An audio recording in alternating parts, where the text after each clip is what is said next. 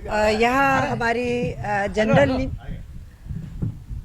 हमारी general insurance employees all India association का ये 64th वर्किंग कमेटी मीटिंग हो रहा है गुवाहाटी में। और इस मीटिंग में बहुत सा एजेंडा जो टेकअप किया है, जो इश्यूज़ लिए हैं, वो इंश्योरेंस सेक्टर के साथ जो इश्यूज़ हैं उनको लिया है। त्रिलोक एक्सप्लेन करेंगे जो 7-8 डिमांड्स जिनको हम फोकस कर रहे हैं और उसके लिए गवर्नमेंट के साथ नेगोशिएशंस में भी हैं, बातचीत भी कर रहे हैं, पुश कर रहे हैं। इसके साथ साथ इस मीटिंग के अंदर सॉलिडारिटी एक्सटेंड की गई है। जो फार्मर्स की एजिटेशन है, उनकी जो डिमांड्स हैं, क्योंकि वो अन्नदाता हैं, खाना देते हैं पूरे देश को, तो उनका सर्वाइवल पूरे देश के लिए इम्पॉर्टेंट है, हमारे हंगर इंडेक्स को बेटर करने के लिए इम्पॉर्टेंट है, तो उनको एक्सटेंड किया है।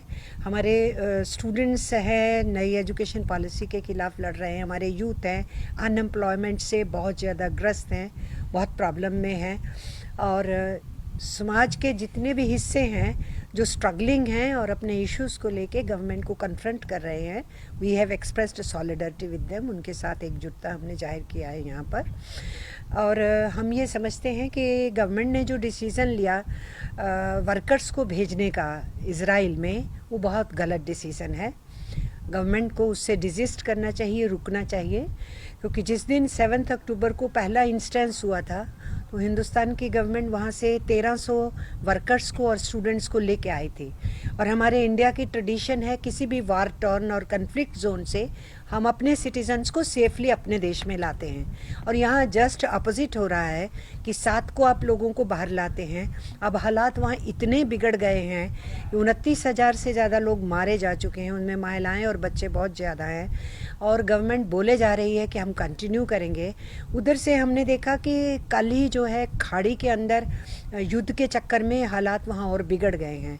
ऐसी सिचुएशन में हमारे जो मजबूर वर्कर्स हैं, गरीब हैं, काम पूरा मिल नहीं रहा है, यहाँ न्यूनतम वेतन नहीं मिल रहा है, तो उनको यहाँ बेटर वेजेस देने के लिए, उनको जॉब्स देने के लिए, वो काम ना करके गवर्नमेंट उनको ल्योर कर रही है, आप जाइए वहाँ आपको 1 लाख से ऊपर पगार मिलेगा, और उनको रिक्रूट कर रही है। तो हमने उसका भी कॉग्निजेंस लिया है यहाँ कि ये बिल्कुल गलत पॉलिसी है। अपने देश की अनएम्प्लॉयमेंट को एड्रेस करो।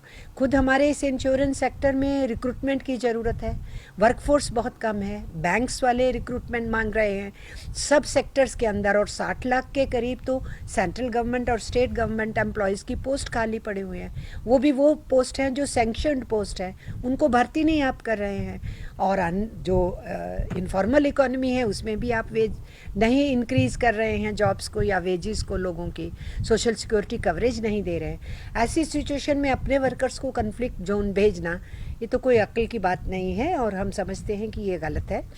और इसी के साथ साथ हम समझ रहे हैं फार्मर्स के इश्यूज़ को एड्रेस करना चाहिए गवर्नमेंट ने। और हमारे जो 4 लेबर कोड्स हैं जो यूनियंस की मूवमेंट को कंट्रोल करने के लिए, यूनियंस की रजिस्ट्रेशन में खतरा डालेंगे, उसकी डी रिकॉग्निशन के लिए इजी कर देंगे, हड़ताल करने नहीं देंगे, इंस्पेक्शन किसी जगह पे होगी नहीं, ऑक्यूपेशनल सेफ्टी हेल्थ हम जानते हैं कि बहुत मुश्किल है। स्काईलारा में हमारे वर्कर्स फंस गए थे तो सेफ्टी का ध्यान ही नहीं दिया, और फिर उसको निकाला किसने, मशीनें तो नहीं निकाल पाई। हमारे ही रेट माइनर वर्कर्स जो थे लाइफ रिस्क करके उन 41 वर्कर्स को बाहर निकाले थे। तो रिस्क हम रोज़ देख रहे हैं। अभी विद इन 1 वीक दिल्ली की विसिनिटी में 2 बड़े बड़े एक्सीडेंट हो गए जिसमें झुलस करके मर गए, बॉडी तक नहीं पहचानी गई वर्कर्स की, और वो सारी की सारी अनऑथराइज्ड फैक्ट्रीज, रजिस्ट्रेशन पे कोई ध्यान नहीं देता, गवर्नमेंट्स उसके ऊपर केयरलेस है। तो अगर लेबर लॉज और भी वीक हो जाएंगे और भी इंडस्ट्रीज़ जो हैं लेबर लॉ की कवरेज से बाहर हो जाएंगी, तो सेफ्टी को कौन पूछेगा, वर्कर की सेफ्टी को कौन पूछेगा। सो ये सारी ग्राउंड है जिस ग्राउंड के ऊपर हम देख रहे हैं कि हमारे लेबर कोड्स जो हैं वो बहुत डेंजरस है, वो नहीं लागू होने चाहिए, और वो सभी सेक्टर्स के लिए एप्लीकेबल है, including our registered unions in insurance और other finance sector, except also public sectors के अंदर जो हमारी यूनियंस हैं। तो इन सब इश्यूज़ के ऊपर हमने संज्ञान लिया है। आने वाले दिनों में इंश्योरेंस सेक्टर में कुछ और कैंपेन भी ली है, और सेंट्रल ट्रेड यूनियंस की जो कैंपेन्स हैं उसमें हमारी जनरल इंश्योरेंस की यूनियन पार्टिसिपेट करती है बाकायदा अपने ढंग से, जैसे पार्टिसिपेट और सपोर्ट कर सकती हो सॉलिडारिटी के। और जो किसानों की और ट्रेड यूनियंस की जॉइंट एजिटेशंस आने वाले दिनों में होंगी, उसके अंदर भी हमारी इंश्योरेंस सेक्टर की यूनियन आगे बढ़ चढ़ करके हिस्सा लेगी।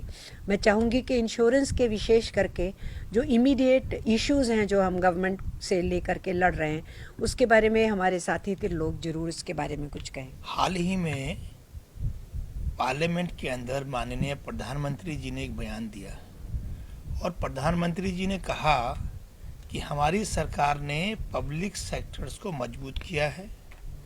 प्रधानमंत्री जी ने कहा कि हमारी सरकार के दौरान जो हमारा मुनाफा है वो दुगना हो गया है। तो जिस देश के हमारे प्रधानमंत्री जब ये बात कहते हैं और वो कहते हैं कि उन्हें बहुत गर्व हो रहा है, तो हम प्रधानमंत्री महोदय से आज जो हमारी 64वीं जो हमारी वर्किंग कमेटी है, जिसमें देश भर से हिंदुस्तान भर से हमारे साथी जो हैं यहाँ हिस्सा लेने आए हैं, हम उनसे मांग करेंगे कि आप चारों साधारण बीमा कंपनियां जो हैं, जिसमें ओरिएंटल इंश्योरेंस कंपनी लिमिटेड है, नेशनल इंश्योरेंस कंपनी लिमिटेड है, यूनाइटेड इंडिया कंपनी लिमिटेड है, new India insurance company limited है, उनका एकीकरण करें जो हमारी लंबी मांग है। और हम चाहते हैं कि एक सिंगल मोनोलिथिक कॉरपोरेशन LIC की तरह साधारण बीमा निगम, साधारण बीमा में बनाया जाए, जिससे कि एक तो बीमे की जो दरें हैं वो सस्ती होंगी, आम नागरिक को सस्ता बीमा उपलब्ध होगा। दूसरा, जो प्रधानमंत्री जी का और इस सरकार का जो एक 1947 को लेके जो IRDA के मातहत जो बयान आया है कि हम घर घर जो है इंश्योरेंस पहुंचाना चाहते हैं, तो वो तभी पहुंचा पाएंगे सस्ता और सुलभ इंश्योरेंस जब चारों साधारण बीमा कंपनियां मजबूत होंगी।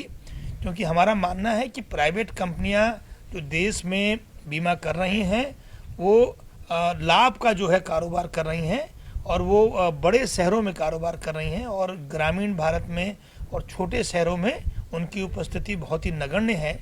और हमें खेद है ये कहते हुए कि जो प्राइवेट कंपनियां बड़े बड़े दावे करती हैं इंश्योरेंस सेक्टर में पेनिट्रेशन का और इंश्योरेंस सेक्टर को बढ़ाने का जो बड़े बड़े दावे करती हैं, उन्होंने हजारों करोड़ रुपया GST का भी जो है भारत सरकार का अभी तक जो है जमा नहीं कराया।